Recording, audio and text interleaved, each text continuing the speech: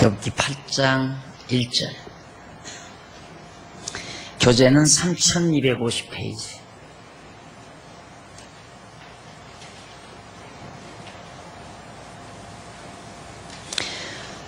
수아 사람 빌닷이 대답하여 가로되 네가 어느 때까지 이런 말을 하겠으며 어느 때까지 네 입의 말이 광풍과 같겠는가. 1절, 2절 봉독했습니다.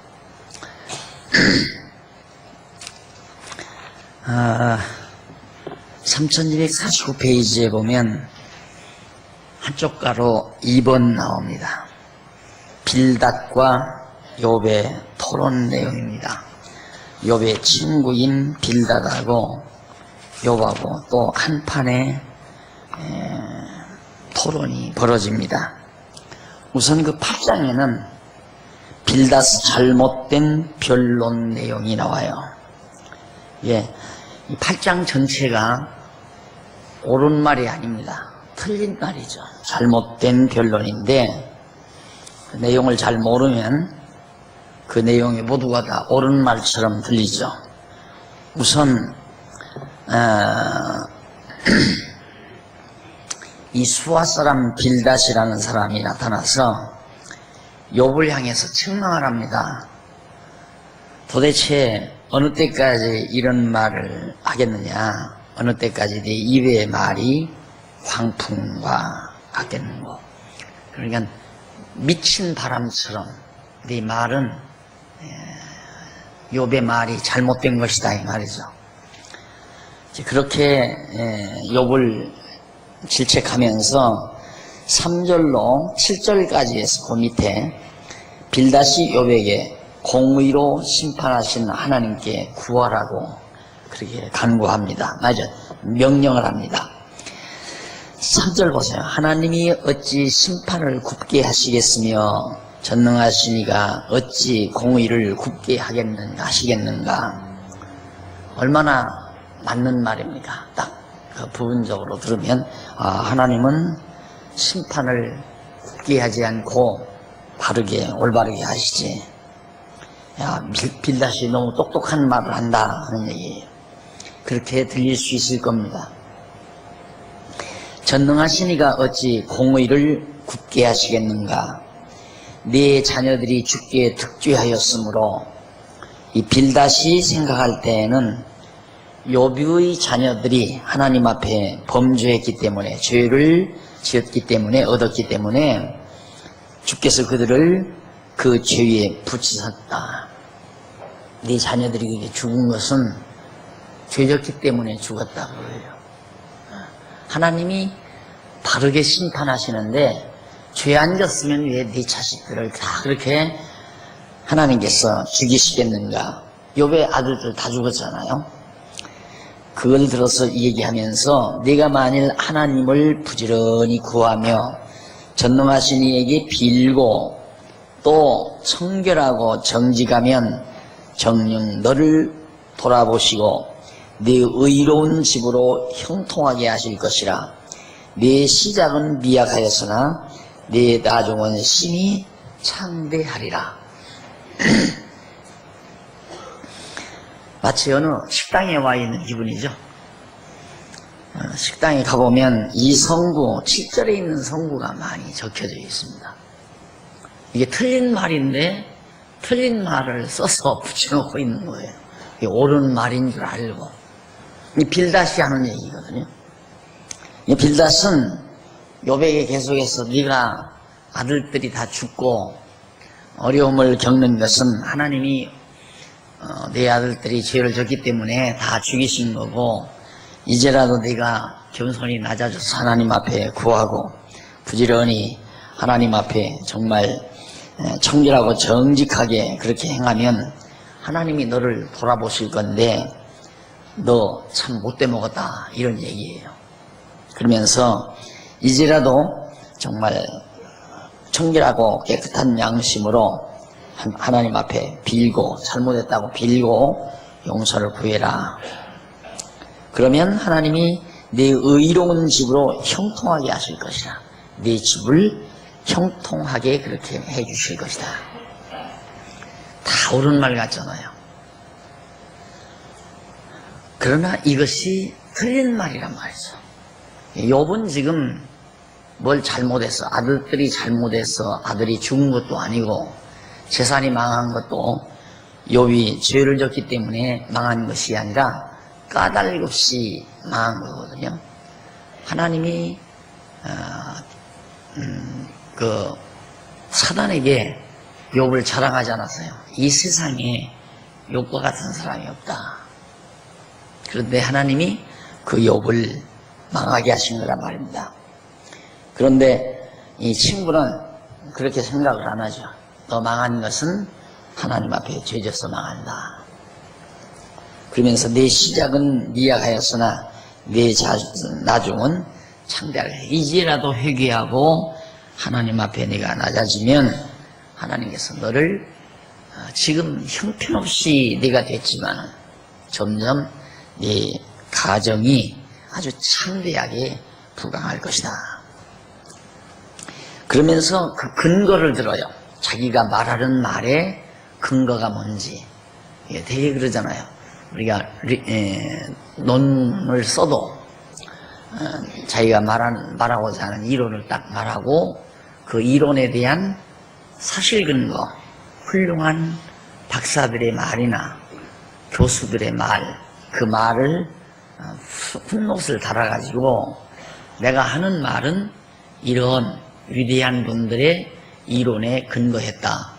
풋노트를 달이잖아요. 그러듯이 빌닷도 자기가 하는 말이 정당성이 있다는 것을 강조하기 위해서 이제 근거를 댑니다. 8절로 19절에 나와요. 옛시대 열조로부터 터득한 일을 내가 너한테 말하는 거다. 욥에게 지금 가르치는 거예요. 자기가 옛날부터 열조들이 조상들이 전해 내려오는 것. 우리나라에도 그런 거 있죠. 부모에게 잘하면 복받고 산다. 부모에게 잘하면 저 사람은 참 효성이 참 지극하다. 그러니 앞으로 복받고 살 것이다. 이런 말 보통 어른들이 하잖아요. 그런 식으로 옛날부터 조상들 옛적부터 구전으로 내려오는 그런 말을 빌닷이 근거로 든단 말입니다.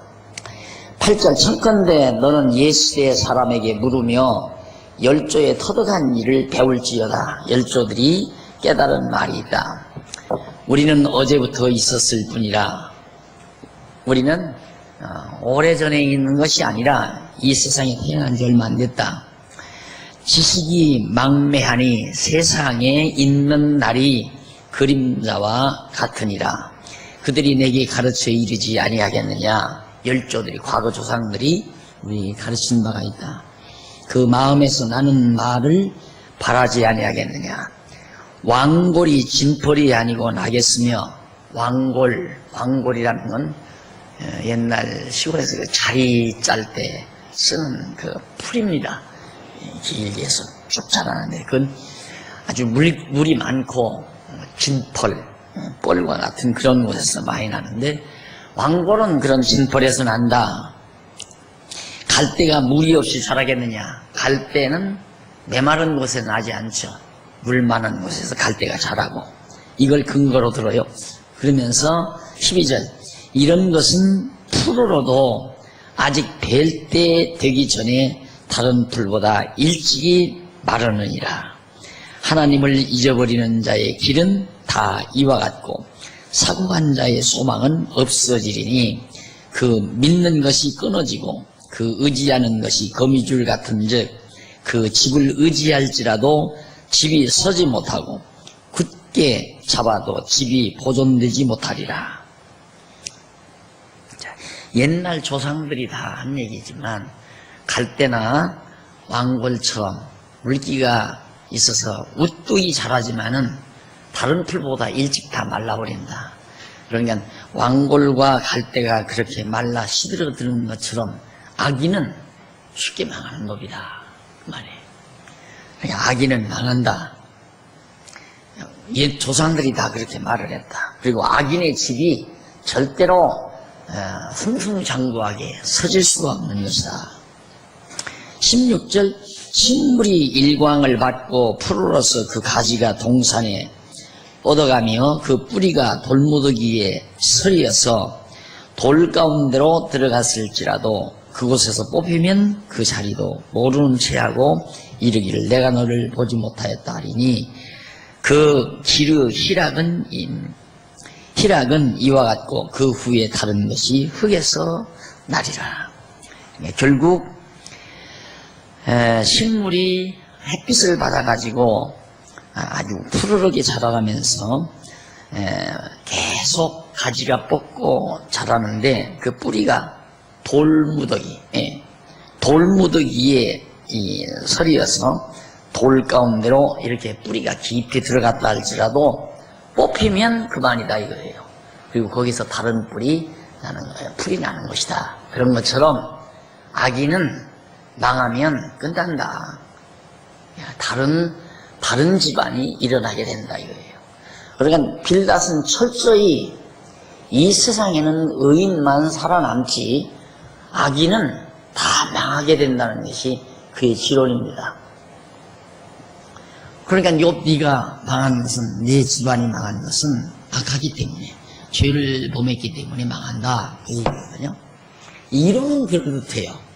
이론은 우리가 딱 들으면 맞아, 악인은 망해, 의인은 안 망하고. 그러나 세상이 근데 그래요.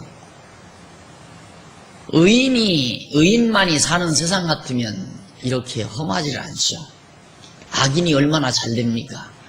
오죽하면 에레미야가 하나님 앞에 에레미야 에가서에 보면 하나님 앞에 하소연을 하잖아요.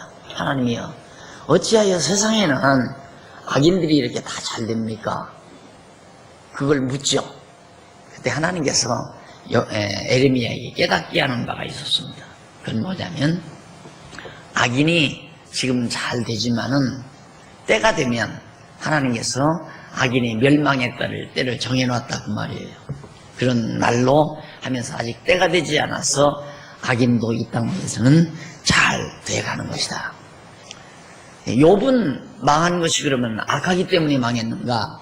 이유 없이 까닭 없이 망했다고 욥기서가 분명히 앞에서 밝히죠.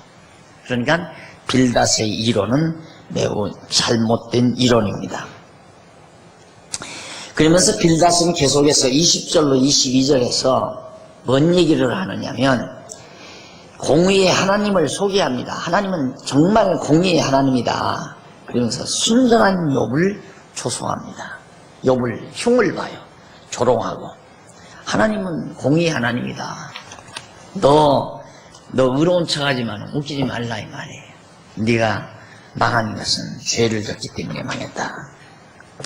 하나님은 순전한 사람을 버리지 아니하시고 악한 자를 붙들어 주지 아니하신즉 웃음으로 내 입에 즐거운 소리로 내 입술에 채우시리니 너를 미워하는 자는 부끄러움을 입을 것이라.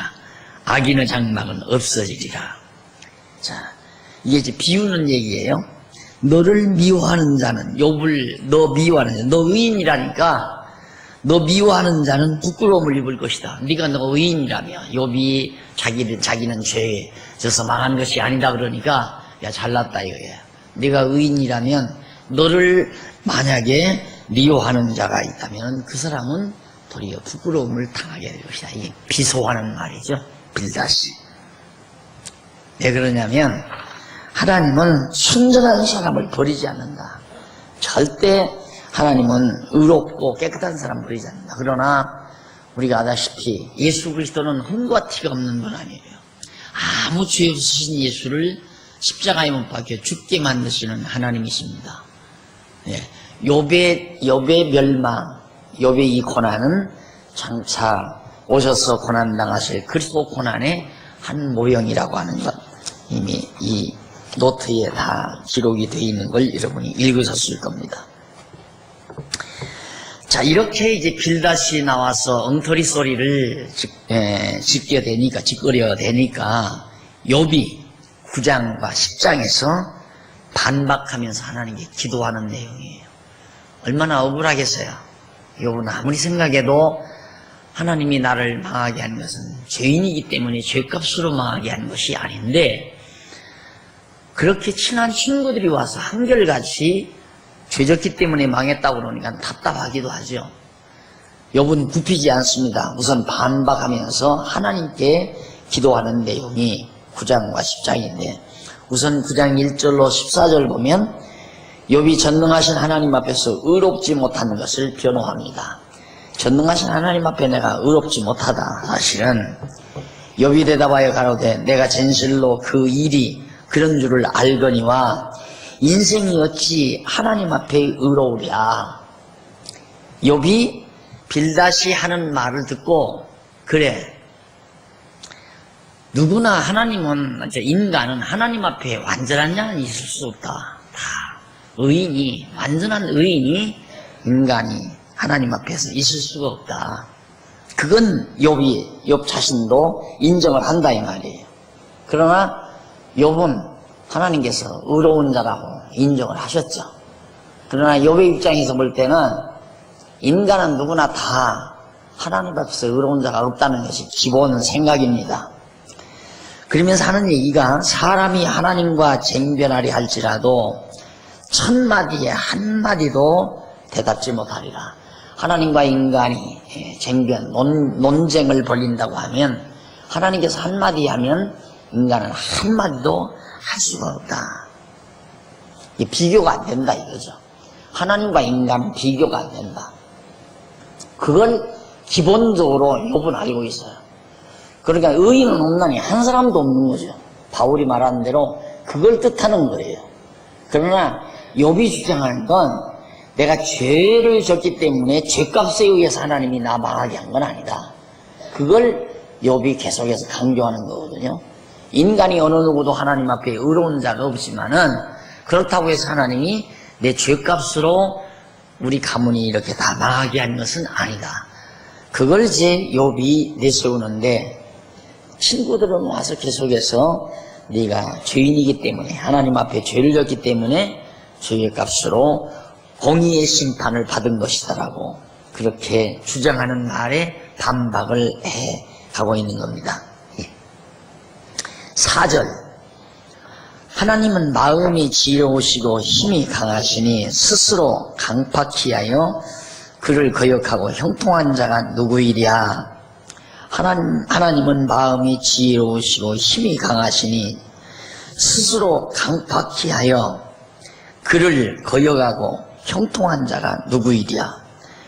그가 진노하심으로 산을 무너뜨리시며 옮기실지라도 산이 깨닫지 못하며 그가 땅을 움직여 그 자리에서 미신즉 그 기둥이 흔들리며 그가 해를 명하여 뜨지 못하게 하시며 별들을 봉하시며 그가 홀로 하늘을 펴시며 바다 물결을 밟으시며 북두성과 삼성과 묘성과 남방 밀실을 만드셨으며 측량할 수 없는 큰 일을, 셀 수 없는 기이한 일을 행하시느니라.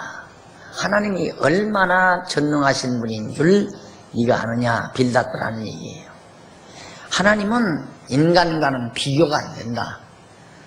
하나님이 이 전체를 그냥 다 멈추게도 할 수 있고 뒤집어버릴 수도 있고 하늘과 땅을 완전히 개벽시킬 수도 있고, 하나님이 손의 능력이 못하시는 일이 없다는 것을 지금 천체의 모든 주관권을 빌어서 지금 욥이 빌닷에게 설명하고 있는 겁니다. 그러면서 11절, 그가 내 앞으로 지나시나 내가 보지 못하며 그가 내 앞에 서 나아가시나 내가 깨닫지 못하느니라. 하나님은 보이지 않고 만질 수도 없는 분이다. 하나님이 빼앗으시면 누가 막을 수 있으며 무엇을 하시나이까 누가 물을 수 있으랴. 하나님이 그냥 뺏어가도 왜 내 것 뺏어갑니까? 할 자 없다 이거예요. 우리 인간 같으면 예를 들어서 내 책을 여러분이 누가 여기 있는 내 책을 누가 가져갔다 그러면 보니까 내 책이란 말입니다. 왜 내 책 가져갔어? 이렇게 말할 수 있잖아요. 하나님은 내 걸 가져가도 아무 소리 할 말이 없다. 우리는 말할 수가 없는 거다. 그게 바울이 한 얘기죠. 바울이 하나님께서 우리를 불순종 가운데 가두어서 이제 불순종하며 살게 하신다는 말을 그렇게 하면서 이제 사람들의 생각을 바울이 말을 합니다. 그럼 너희가 이렇게 말할 것이다. 그럼 하나님이 왜 그렇게 인간을 불순종하게 만들어 놓고 인간에게 책임을 묻는가? 하나님이 그렇게 불순종하게 해서 내가 불순종하는 건데, 그러면서 하나님 앞에 책임을 물을 것이다, 이게. 하나님께. 그럴 때 이제 바울이 자기가 묻고 대답합니다. 사람이 감히 느기에 하나님을 힐문하는 거. 토기장이가 진흙 한 덩어리로 쥐 쓰는 그릇을 만들 수도 있고, 철이 쓰는 그릇을 만들 수도 있고, 만들어서 다 때려 부술 수도 있고, 토기장이가 그렇게 마음대로 하듯이 하나님은 우리 인간을 마음대로 해도 우리가 하나님 앞에 왜 그렇습니까? 이렇게 말할 수가 없다고 말이에요. 그러니까 욥이 아무런 까닭 없이 자식이 다 죽고 재산이 다 망하고 자기 몸에 병이 들어서도 나는 하나님이 이렇게 했기 때문에 내가 하나님 앞에 한 것도 못한다. 하나님이 마음대로 그렇게 하시는 걸 내가 어떻게 감히 하나님 앞에 대들 수가 있으며 따질 수가 있는가? 이제 바로 욥이 하는 말입니다. 그러면서 하나님이 빼앗으시면 누가 막을 수 있으며 무엇을 하시나이까? 누가 물을 수 있으랴? 하나님이 진노를 돌이키지 아니하시니 라합을 돕는 자들이 그 아래 굴복하겠거든. 하물며 내가 감히 대답하겠으며 무슨 말을 택하여 더불어 변론하랴. 하나님 앞에 내가 뭐 잘못했습니까? 왜 날 망하게 하십니까? 내가 뭘 잘못했기에 그러십니까? 이렇게 한마디도 나는 하나님 앞에 할 수가 없다.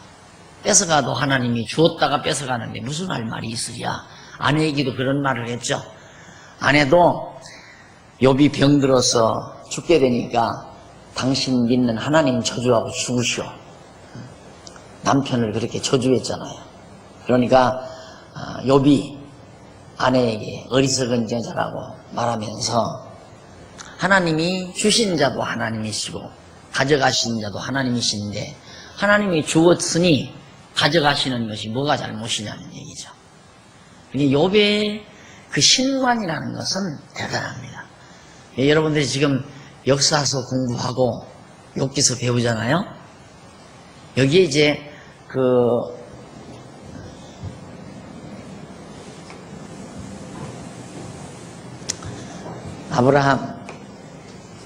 아브라함에게 언약하시고 언약대로 이루시는 역사를 우리들이 공부한 거예요. 아브라함에게 언약하시고 그리고 언약대로 자손 주고 땅 주고 통치케 하시고 이거 지금 배웠잖아요. 우리가 이게 지금 어디까지? 에스더까지. 이게 역사서. 하나님께서 섭리로, 역사 섭리로 언약하신 거거든요. 섭리를 통한 언약.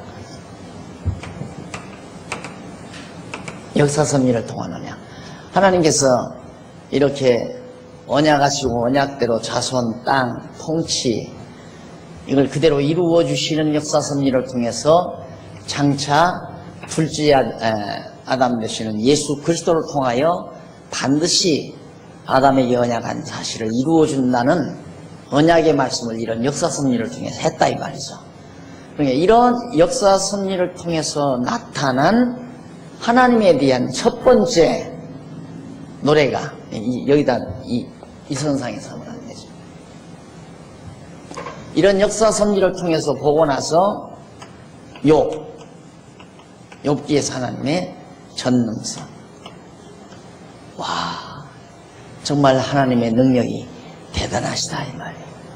그러니까 이런 역사 섭리를 해가시는 하나님에 대해서 이제 신관, 하나님에 대한 신관. 하나님이 어떠한 하나님인가? 내가 믿고 경외하는 하나님이 어떤 하나님인가를 창세기로부터 에스더서까지 역사 성질을 통해서 말씀하시고 섭리하신 하나님의 능력을 보고 하나님은 그런 하나님이로구나 하고 신관이 정립이 돼야 돼요. 그러니까 지금 욥기가 바로 그거예요. 이렇게 역사하시는 하나님의 역사, 그 속에서 나타난 하나님의 속성, 그 전능하신 능력이죠. 그걸 지금 욥기라고 하는 하나의 작품을 통해서, 문학적 작품을 통해서 하나님의 전능성을 찬양하는 겁니다. 그러니까 이건 욥과 친구들과의 토론 내용 아니에요. 소설과 같은 문학 작품이에요. 이 문학 작품을 통해서 이제 하나님의 전능하심을 드러내는 거죠. 욥은 신학자예요. 구약 시대 아주 위대한 신학자예요. 물론 다윗도 신학자지만은 욥 대단한 신학자죠. 얼마나 올바르게 알았습니까? 우리들은 정말 여러분들이 이렇게 이제 공부를 제대로 했다면 설령 살아가다가 갑자기 가정에 여러 가지 어려운 일이 부딪혀옵니다. 하는 사업이 기울어지기도 하고 어려운 재난이 오기도 하고 이렇게 왔을 때 아유 내가 뭐가 잘못했기에 하나님은 나를 이렇게 하시나 이렇게 생각하면 하나님은 잘 모르는 거죠. 공부를 제대로 했다면 하나님이 그동안 잘 살게도 하시더니만 이제는 고생도 시키시려고 그러는구나. 이렇게 생각해야 공부한 사람다운 거예요. 그러질 않고 내가 죄졌기 때문에 죄값으로 하나님이 이런 어려움을 나에게 주는구나. 그거 아니에요. 하나님은 우리를 이 사람 하나님이 이렇게 전능하신 하나님인 줄을 깨닫게 하기 위해서 우리들을 때로는 형통케 하시고 때로는 공고케도 하시고 때로는 건강하게도 하시고 때로는 나약하게도 하시고 이게 내 마음대로 되지 않는다 이 말이에요. 나야 고생 안 하고 호요식하면서 한평생 살고 싶겠죠. 누구나가 인간은. 그러나 그렇게 생각대로 되는 사람은 하나도 없어요. 고생하고 싶은 사람이 누가 있어요? 망하고 싶은 사람이 누가 있고. 그런데 망했다? 아이고 내가 죄가 있어 망했구나. 이렇게 생각하면 안 된단 말입니다. 내 마음대로 부자 되는 것도 아니고 내 마음대로 가난하게 되는 것도 아니구나. 부자 되게 하시는 것도 하나님이시고 가난하게 하는 것도 하나님이시고 건강하게 하시는 분도 하나님이고 나약하게 하시는 분도 하나님이고 나를 높이시는 분도 하나님이고 나를 낮추시는 분도 하나님이다. 하나님이 전능하신 분이다. 하나님은 이 우주, 이 모든 천체를 다 뒤집어 엎을 수도 있고 그걸 다 만들어 놓으실 수도 있고 우주 공간을 다 주관하시고 다스리시는 욥이 고백을 하잖아요. 하나님은 그런 하나님이다. 그러니까 그런 신관을 가져야 이제 우리들이 올바르게 내가 늘 얘기하잖아요. 이 신관에 의해서 우리는 나를 알아. 인생관. 내 인생이 뭐냐, 인생이란 뭐냐, 나를 알아요. 그 다음, 나를 알면, 그 다음에 이제 두 번째 역사관.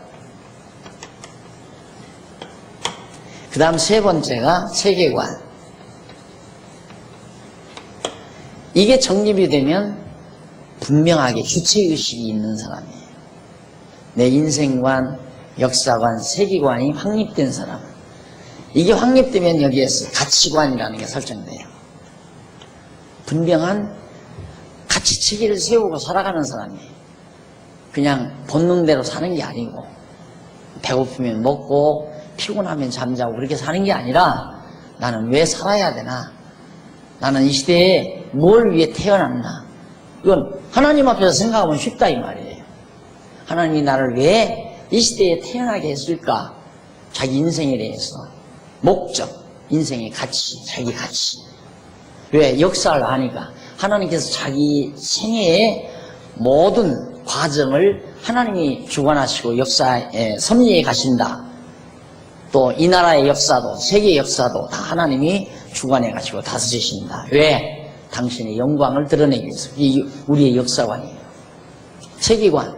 하나님이 이 세계 다 다스리시고 주관하시고 섭리하시고 창조하시고.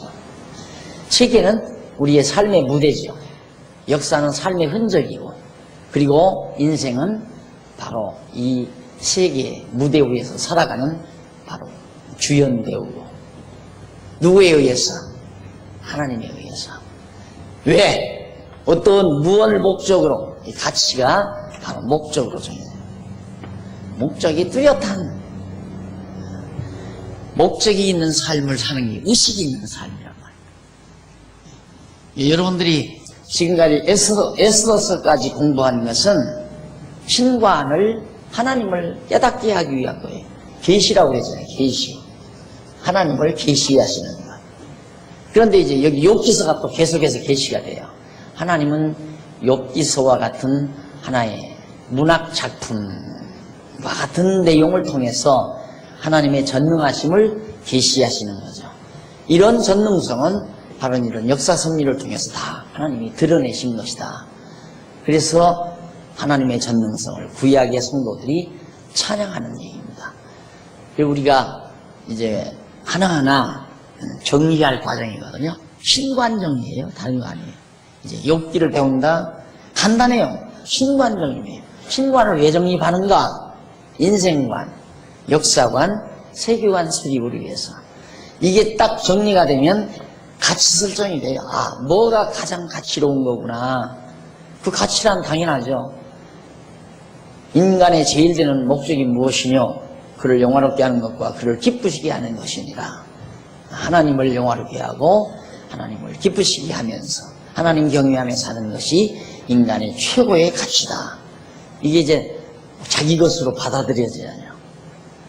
그래 이제 분명하게 나는 이 목적을 정하고 산다. 그런데 우리는 하나님을 믿고 의지해서 내 행복을 위해서 산다.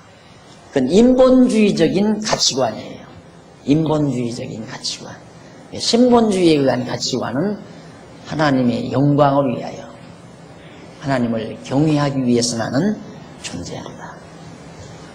나를 하나님께서 이 시대 위에 태어나게 했는가? 하나님 여호와 경외하기를 배우게 하시려고 이 시대에 태어나게 했다. 그 이상에는 다른 가치가 없다. 한번 다 따져보세요. 뭐가 가치가 있는 건가? 이게 가치가 있다는 것이 자기 행복에다가 목표를 맞추니까 행복이 사라지면 못 사는 거예요. 그래서 최진실이가 죽었어요. 그 많은 돈 놔두고 귀한 자식도 놔두고 자기 행복이 다 사라져 버리니까 목표의식이. 그런 사람이 어떻게 예수 믿었나 몰라요. 여기 가서 성도대학을 다녔으면 안 죽었을 텐데.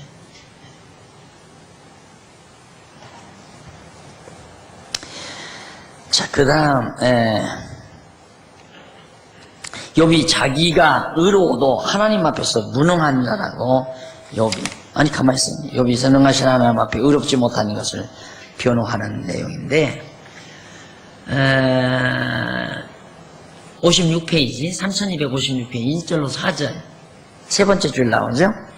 욥이 하나님 앞에서 죄인임을 시인하고 하나님의 권능을 진술했어요. 아까 읽어드린 대로 5절로 그 밑에 쭉 내려와서 중간에 보면 5절로 10절은 욥이 땅과 하늘 전체들을 주관하시는 하나님의 능력을, 아까 전능하신 능력을 진술을 하죠. 그리고 11절로 14절 밑에 네 번째 줄 욥이 전능하신 하나님 앞에서 변론할 수 없음을 진술하는 내용입니다. 그런 전능하신 하나님 앞에 누가 감히 하나님하고 변론을 하고 진술하느냐. 불가능한 얘기다. 있을 수 없는 얘기다. 그러면서 이제 15절로 24절 57페이지 거기 보면 욥은 자기가 설령 의로워도 하나님 앞에서 무능자라고. 자, 여기서 의롭다. 의롭다는 것이 하나님의 의와 인간의 의가 전혀, 하나님의 의는 절대적이에요. 인간의 의는 상대적이고. 그러니까 인간이 설령 의롭다고 해도 하나님 앞에는 감히 내가 의롭다 할 수가 없는 거다. 그 말이에요. 그러니까 하나님께서는 인간의 의를 드러내지 못하게 하기 위해서 우리를 불순종 가운데 가둔다고 바울이 그러잖아요. 내 의를 드러낼까 봐서. 그러면 왜 내 의 드러내지 못하도록 불순종 가운데 가두시는가? 우리를 죄인 되게 만들어가지고 하나님의 의를 드러나게 하려고. 우리를 죄인 되게 해서, 인간을 죄인 되게 해가지고 하나님의 의를 드러내서 이 죄인을 하나님이 의롭다고 하므로 하나님의 의를 드러내려고 한다 이 말이에요. 욥이 내가 설령 의롭다고 한들 하나님 앞에서 나는 의롭다고 말할 수가 없다. 그런 의미에서 빌닷의 말을 일단은 인정을 하는 거예요. 앞에서 너 죄이기 때문에 망했다. 빌닷이 그랬을 때 일단은 죄인이라고 하는 말에 나 동감하겠다 이거예요. 왜? 내가 설령 의롭다고 해도 하나님 앞에는 죄인일 수밖에 없다. 내 의라는 게 형편없는 거다. 하나님의 의에 비하면 비교가 되지 않는 것이다. 바울이 그 말 아니에요? 하나님께서는 우리의 의를 드러내지 못하게 하려고 다 불순종 가운데 다 가두어가지고 죄인 취급해, 죄인 만들어서 죄인에게 하나님의 의를 덧입혀 의롭다고 해주심으로 하나님의 의를 드러내려고 한 것이다. 그게 로마서에서 나오는 내용이죠. 그러니까 우리의 의란 아무것도 아니에요. 그러니까 이런 사실, 하나님의 의와 인간의 의, 이 정도만도 우리의 사고세계를 정리해 놓으면 남 비난할 수가 없어요. 남을 흉볼 수가 없다고 말이에요. 근데 우리가 그걸 모르니까 나는 굉장히 깨끗한 거라. 나는 참 의롭다. 근데 쟤는 왜 저기 성격이 고약하고 못돼 먹었을까? 그래서 남을 비난하고 남을 흉보고. 그러나 이런 놀라운 하나님의 의와 인간의 의의 대조 속에서 이건 절대적인 의고 이건 상대적인 의이기 때문에 비교가 안 되는 거예요. 절대 비교가 안 돼요. 가변적이고 불변의 의니까. 이런 상태에서는 다 저 사람에게서 흠집을 보면 내게도 저런 흠집이 있음을 깨닫게 되죠. 맞아. 나에게도 저런 속성이 있어. 인간은 다 부족한 거야. 그래서 이제 우리가 서로가 이해가 가능한 거예요. 안 그러면 서로 이해할 수가 없죠. 나는 잘나는데 너는 왜 그렇게 못났냐 이렇게 나오는 거죠. 그러나 하나님 앞에서는 너나 나나 다 죄인이다. 그런 의미에서 지금 욥이 빌닷에게 네가 죄인이라는 말을 내가 일단 수긍하마. 그러나 죄인이기 때문에 망했다는 건 난 수긍 못하겠다. 쉽게 말하면 죄값으로 내가 망했다는 건 난 수긍 못한다. 네가 죄인이라고 한다면 솔직히 나도 죄인이다. 하나님 앞에서는. 하나님은 욥을 의인이라고 했잖아요. 하나님은 욥을 향해서 의인이라고 하지만 욥은 하나님 앞에서 자기가 죄인이라는 사실을 안다. 우리도 마찬가지죠. 우리도 하나님은 우리를 의인이라 하지만은 실제 우리는 하나님 앞에 다 죄인 아닌 사람 없습니다. 다 죄인이죠. 그래서 욥은 자기가 의로워도 하나님 앞에서 아무런 능력이 없는 자다라고 그렇게 말을 하는데 한번 읽어보실까요? 가령 내가 의로울지라도 감히 대답지 못하고 나를 심판하실 그에게 간구하였을 뿐이며 내가 의로워도 하나님 앞에 나는 간구한다. 가령 내가 그를 부름으로 그가 내게 대답하셨을지라도 내 음성을 들으셨다고는 내가 믿지 아니하리라. 하나님이 내가 불러서 하나님이 대답했다. 그런다 할지라도 하나님이 내 음성을 듣고 대답했다. 이게 대단한 학자예요. 엄청난 신학자예요. 제가 그런 얘기 했죠. 우리들이 하나님이 언약하셔서 언약대로 기도함으로 성취됐다. 이루어졌다. 이게 구도 아니에요. 하나님의 언약의 말씀을 우리들은 믿고 하나님 앞에 구함으로 하나님이 이루어줬다. 그럼 이걸 빼면, 언약을 빼면 기도하면 이루어준다. 아니다 이 말이에요. 틀린 거다 이 말이에요. 나는 기도 안 해도 언약한 것은 이루어진다. 항상 그 얘기했죠. 하나님의 언약은 내가 기도 안 해도 이루어진다. 다만 우리가 기도하는 건 하나님이 그렇게 언약하셨기 때문에 언약대로 해달라고 구하는 것뿐이지 구했기 때문에 이루어진 건 아니다. 언약했기 때문에 이루어진 거예요. 이 기도는 인간이 하는 거 아니에요. 언약은 하나님이 하시고 성취도 하나님이 하시는데 인간이 뭔가 때문에 인간이 뭐뭐 했기 때문에 하나님이 이렇게 했다. 그건 알비니안주의죠. 필요 없어요 이거. 인간이 구하든 안 구하든 하나님은 언약하신 대로 이루어 주신다. 그러니까 욥이 지금 그 말이에요.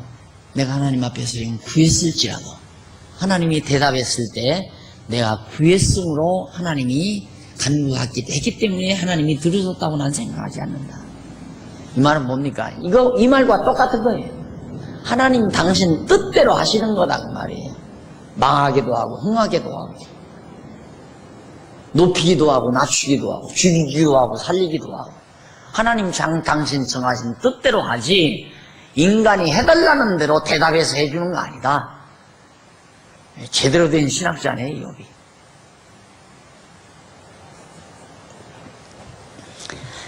그러면서 나는 순전하다마는 21절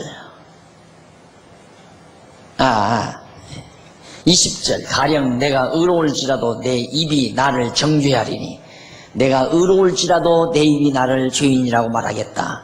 가령 내가 순전할지라도 나의 패괴함을 증거하리라.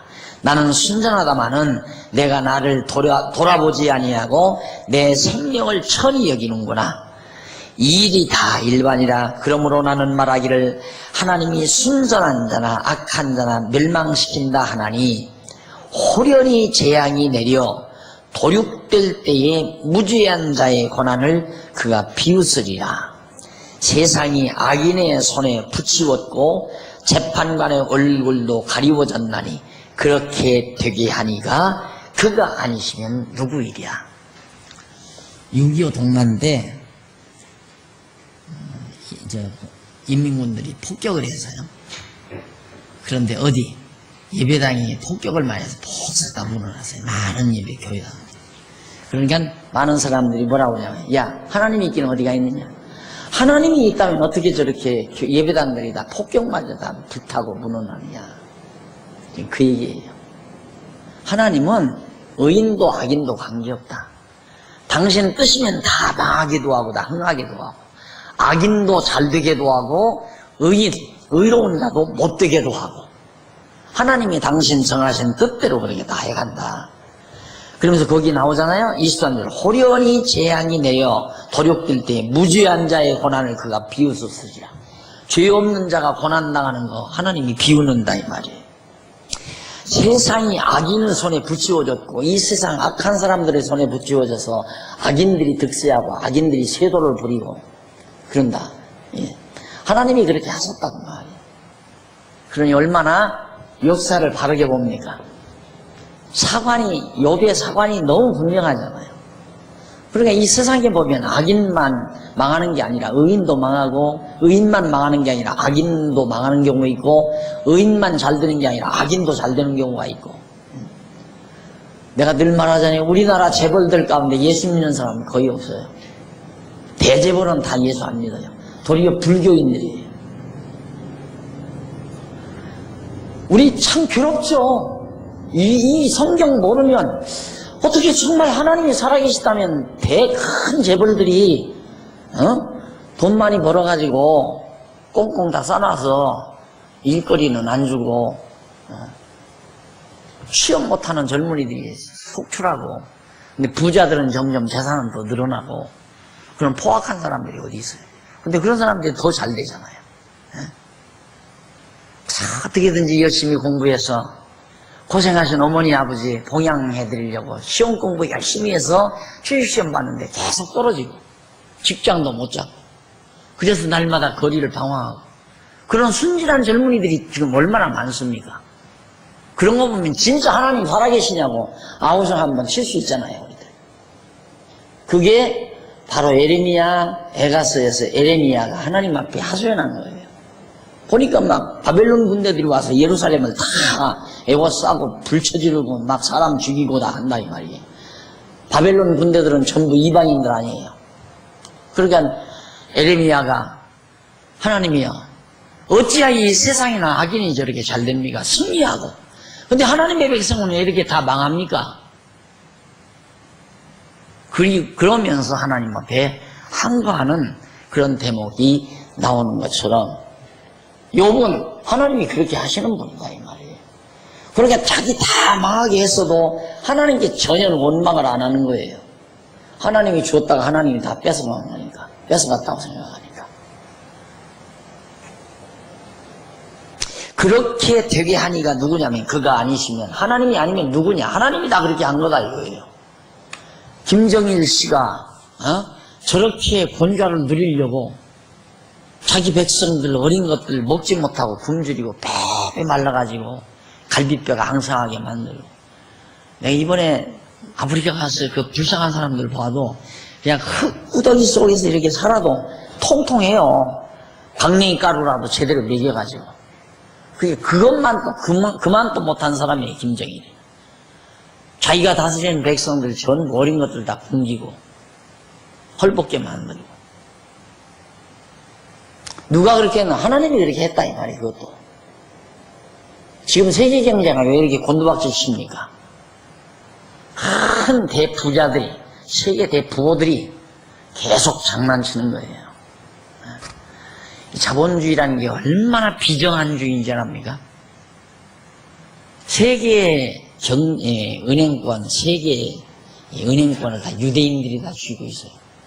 유대인들은 이방인들, 우리 같은 이방인들 보면 사람으로 안 봐요. 내가 이번에 힌바족에 가서 보니까 사람으로 안 보이더라니까. 짐승 새끼들 같아, 짐승 새끼들.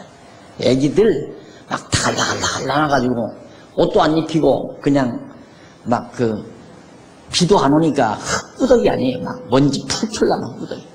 모래밭이 아니라 그냥 먼지 나는 그런 흙이에요. 그 속에서 막 뒹굴고 놀아요. 우리 애들 모래 위에서 노는 것처럼. 옷도 안 입고. 꼭 짐승들 같죠.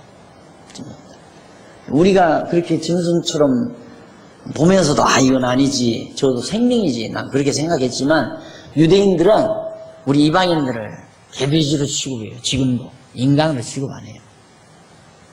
그러니까 뭐 돈 딱 거머쥐고 잘났다고 난리치면 한번 잡아돌리면 세계 경제가 휘청휘청해 버리잖아요. 휘청휘청.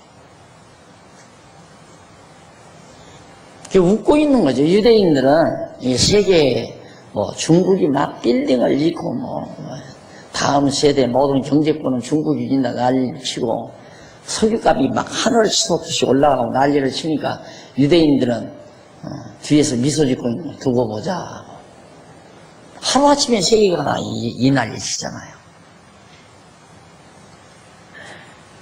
그렇게 잔인무도한 인간들이 세상에 살게 하는, 누가? 하나님이 당신 뜻 이루어가게 하시려고. 하나님이 다 그렇게 하시는 거예요. 욥이 그랬잖아요. 그렇게 사악한 사람들 다 그렇게 하는 거다. 누가 그렇게 했겠느냐? 그거 아니시면, 하나님이 아니시면 누가 하느냐? 다 하나님이 그렇게 했다 이 말이에요. 9장 25절로 35절 욥이 탄식하며 하나님의 전능성을 통하여 빌닷을 반박을 합니다. 하나님께 탄식하며 욥이 탄식, 하나님의 전능성을 통해서. 나의 날이 체부보다 빠르니, 체부라는 건 편지 나르는 체부 있잖아요. 체부가 막 빠른 걸음으로 편지 나르는, 그거보다 빠르니 달려감으로 북을 볼 수 없구나, 복을 볼 수 없구나. 나의 날, 이 욥의 날이 하루하루가 막 엄청나게 빨리 지나간다 이 말이에요. 그 지나가는 것이 빠른 배 같고 움킬 것이 날아내리는 독수리와도 같구나. 가령 내가 말하기를 내 원통함을 잊고 얼굴빛을 고쳐 즐거운 모양을 하자 할지라도 오히려 내 모든 고통을 두려워하오니 주께서 나를 무죄히 여기지 않으실 줄을 아나이다. 내가 어떻게든지 고난을 좀 피해서 즐겁게 살아본다 할지라도 하나님이 나를 괴롭게 하시면 어쩔 수 없이 이 고통을 내가 당해야 됩니다. 그 말이죠. 내가 정죄하심을 입을진데 어찌 헛되이 수고하리까. 하나님이 날 한번 정죄해서 죄인 만들면 어쩔 수 없이 나는 죄인인데 아무리 내가 노력한들 되겠느냐 이 말이죠. 필요 없다 이거예요. 하나님 죽이면 죽고 살리면 살리고 하나님 앞에서 나는 아무런 능력이 없습니다. 그 말이에요. 내가 눈 녹은 물로 몸을 씻고 잿물로 손을 깨끗이 할지라도 주께서 나를 개천에 빠지게 하시리니 내 옷이라도 나를 싫어하리이다. 내가 암만 나를 깨끗이 가꾸고 정결케 한다 할지라도 하나님이 나를 밀틀려서 개천 개굴청에 빠뜨려버리면 나는 형편없는 인간이 되고 만다. 하나님이 그런 분이다 그 말이에요.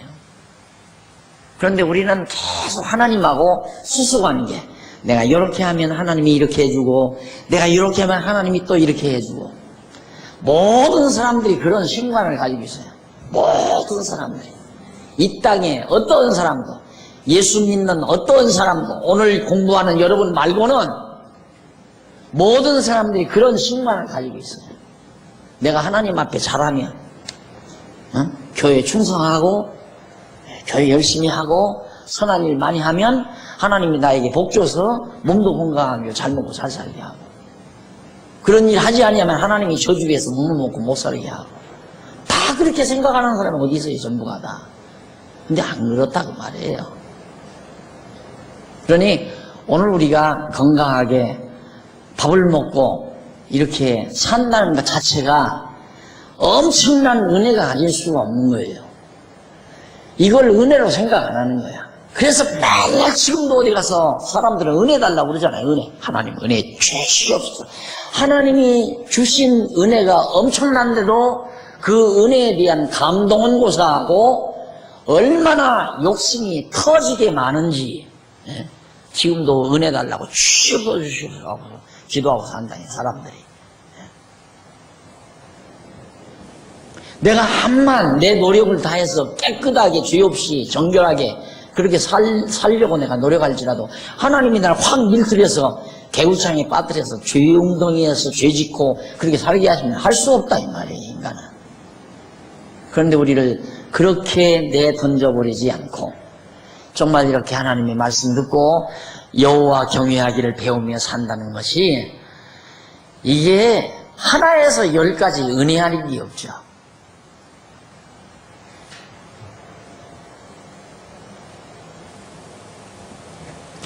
그래서 32절 하나님은 나처럼 사람이 아니신즉 내가 그에게 대답할지라도 불가하고 대질하여 재판할 수도 없고 왜? 하나님은 나처럼 사람이 아니셔. 인간처럼 이렇게 상대자가 아니라 전대자라 이거야 하나님은. 그러니까 하나님과 내가 대결할 수가 없다. 하나님하고 내가 이렇게 하면 하나님이 이렇게 해주고 내가 이렇게 하면 하나님이 이렇게 해주고 인간은 그렇게 해서 인간은 내가 잘해주고 내가 친절히 해주면 저 친구도 나를 잘해주고 내가 속상하게 하면 친구도 나를 멀리하고 이건 상대자끼리 그럴 수밖에 없잖아요. 하나님과 나는 안 그렇다고 말이에요. 내가 잘한다고 해서 하나님이 나에게 잘해주고 내가 하나님께 못한다고 해서 하나님이 나에게 못해주고 그런 하나님 아니다. 하나님은 당신의 뜻에 따라서 밀들여서 개굴창에 집어넣을 자 집어넣고 건져서 깨끗이 할 자 깨끗이 하고 하나님이 마음대로 하시는 거다. 지금 욥이 하는 말이 신관 제대로 배웠잖아요. 그러니 하나님은 우리를 세상 속세에 완전히 저버리지 아니하시고 여호와 경외하기를 배워 하나님 여호와 깨닫고 섬기며 살 수 있는 하나님 경외하며 살 수 있는 이 생활을 또 이런 생각을 우리에게 주신 것 이거 엄청난 하나님의 은혜죠. 어떻게 더 달라고 그래요? 안 그래요? 어떻게 더 달라고 하느냐 이 말입니다. 나 좀 더 주세요. 이렇게 어떻게 더 해요? 준 것도 많은데.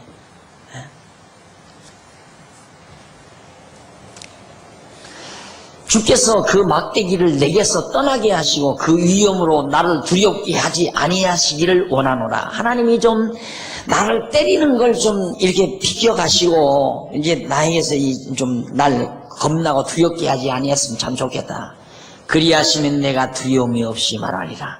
나는 본래 그런 자가 아니자. 하나님이 날 이렇게 겁을 나게 하시는데 내가 무슨 말 하나님 앞에 어찌 뭔 말을 감히 하겠는가. 그러면서 10장 넘어갑니다. 10장 넘어가서 욥이 하나님께 정죄치 마시라며 죄를 찾는 까닭을 묻는 하나님 앞에 지금 하소연하는 내용이 10장에 나와요. 뭐라고 하소연하는가? 자, 한잔 하시고 우리 상고해 보도록 합시다.